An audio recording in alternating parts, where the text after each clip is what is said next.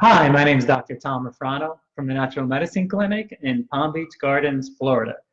And today I'm going to talk to you about IBS, which stands for Irritable Bowel Syndrome, or in my opinion, it's BS.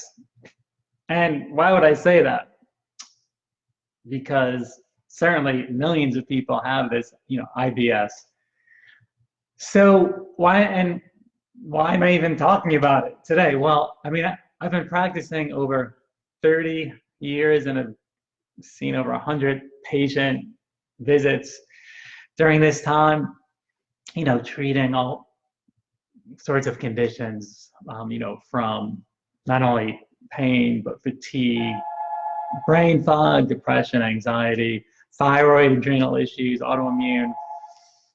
So the one thing, though, that almost all of them, most all of my patients have in common is digestive issues, and even more so lately. It wasn't so much early on in practice as much, but I've just seen it more and more and more. And it seems like almost everyone comes in with some sort of digestive issues.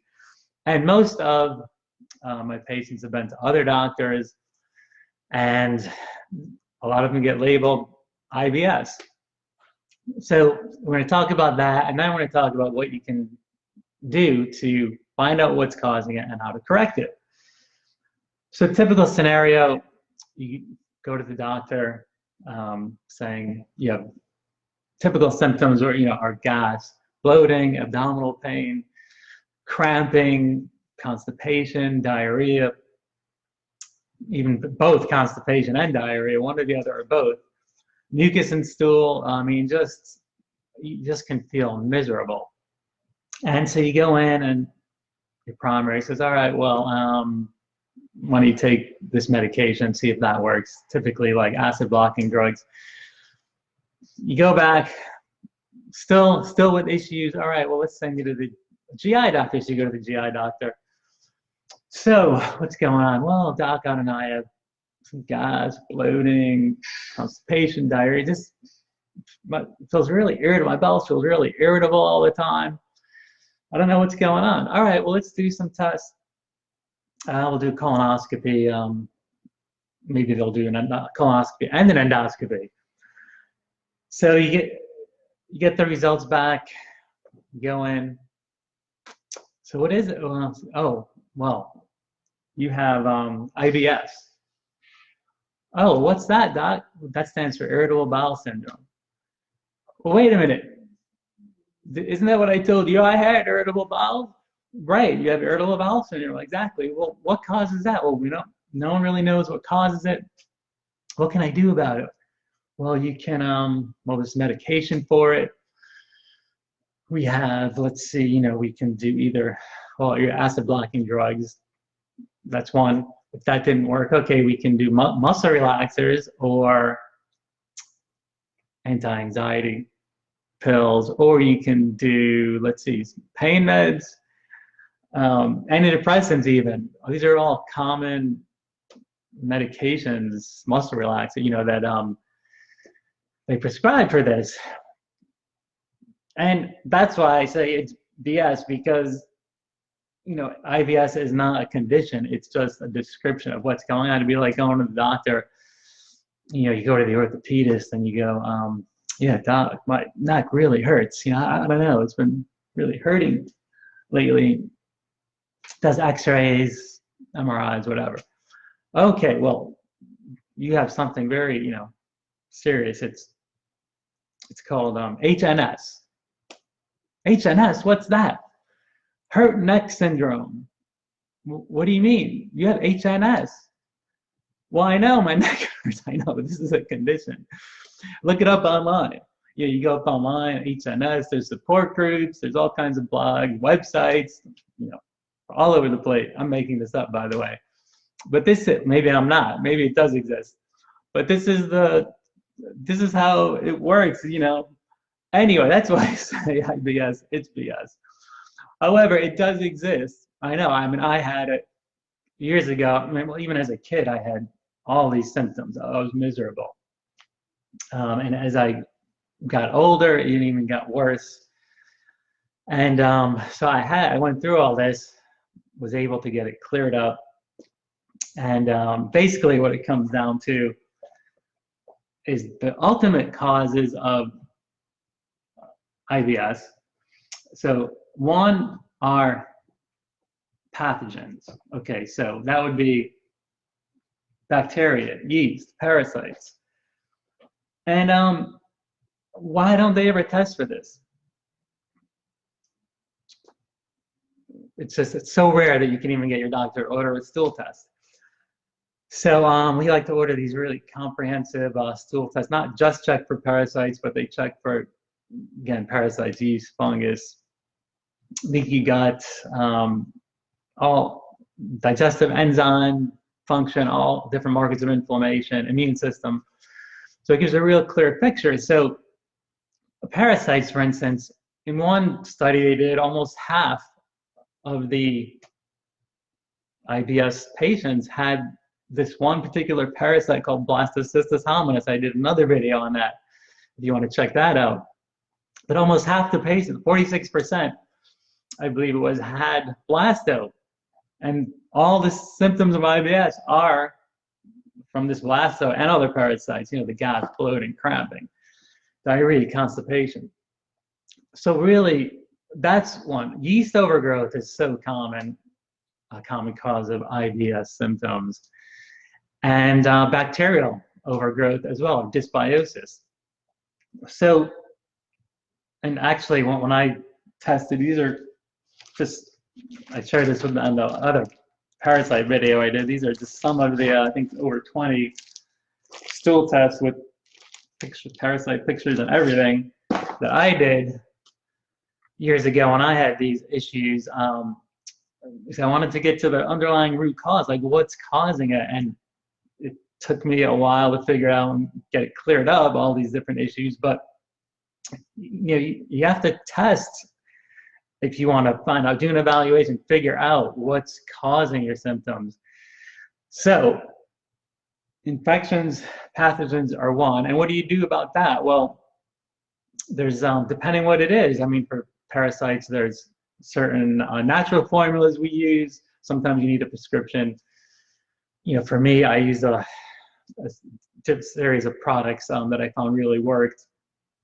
And I even tried a prescription for this parasite, a few different medications, which didn't work. But anyway, so there's, depending on the parasite, you treat that. If it's yeast, there's certain protocols for that. We use a product called, that we have called Yeast Defeat. If it's bacterial overgrowth, there's certain products for that. There's a probiotics that we use that are really effective and powerful. So basically, eliminating the cause of infection, the pathogen, is one thing. Secondly, and sometimes we have deficiencies, digestive enzyme deficiencies. So that has to be addressed. And certain different types of enzyme supplements, but that can be a huge help. Thirdly, really important is diet. So food allergies / sensitivities. And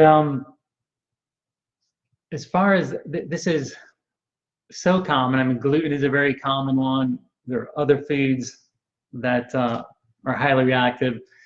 So you have to find out which foods you are sensitive to. That's a huge cause of digestive issues. So two ways to do this. One, you can test, you know, we have there's gluten, comprehensive gluten celiac test. There's food allergy and sensitivity tests. I'll check like 100, 200 different foods. The test that a lot of people come in and they go, oh, let's check for celiac, and I don't have that. You know, so the typical tests doctors may run, if you can get them to do that, are just like 1 or 2 antibodies, 2, maybe 3 for gluten and celiac, and that's it. But meanwhile, there are other labs that we use that check, you know, 20 or more different antibodies, like a very comprehensive approach to really find out if gluten is an issue. So another option besides testing for gluten, and then there's other foods. If you can get your doctor to do a food allergy test, you know, he may possibly do that. Like some of the major labs offer like panels of 10 or 15 foods, but those are true allergies. So most people have sensitivities more so than allergies, which is more of a delayed reaction, and that's a whole other type of testing. So aside from food testing, another option I came up with is a diet I call the free diet, because it's not only free of gluten, but gluten, grain, sugar, yeast, legumes, soy, corn, you know, all the very common allergens. And you go through that. Phase 1 is typically 4 weeks, where you're eliminating all these highly reactive foods, potentially reactive foods. And most patients, usually within the first couple of weeks, are doing so much better. And then as everything clears up, we go into phase 2, where we start adding foods back one at a time. So this is what worked for me, because, you know, I went gluten-free. I tested positive. I was, you know, gluten sensitive, so I went gluten-free, and I was eating all the gluten-free grains, the rice, pastas, all of that, the gluten-free bagels, everything. You know, not feeling any better, because basically you have to eliminate, you know, the bacteria, the yeast, parasites, all of those things, which I had, all of those live off of, they love sugar, grains, starches. So this diet, the free diet I call it, is free of all of those. So it really helps your gut calm down. If you want a complimentary copy of that, we're going to put a link below. So feel free to click on that to check that out. So basically that gives your gut a rest, you know, calms down the inflammation, allows it to heal. If you have infections, pathogens, it also is the diet you would follow for that. So it's all encompassing as far as to help clear up gut issues. And that's what worked for me after I finally figured it out over many years of testing and tweaking, and, you know, for many, many patients since then. So if you have any comments, you know, feel free to leave them below. And again, if you want a copy of the free diet, just click on the link below. Feel free to subscribe to my YouTube channel if you want early notification of new videos. And thanks for joining me today. I really appreciate it, and looking forward to seeing you next time. Take care.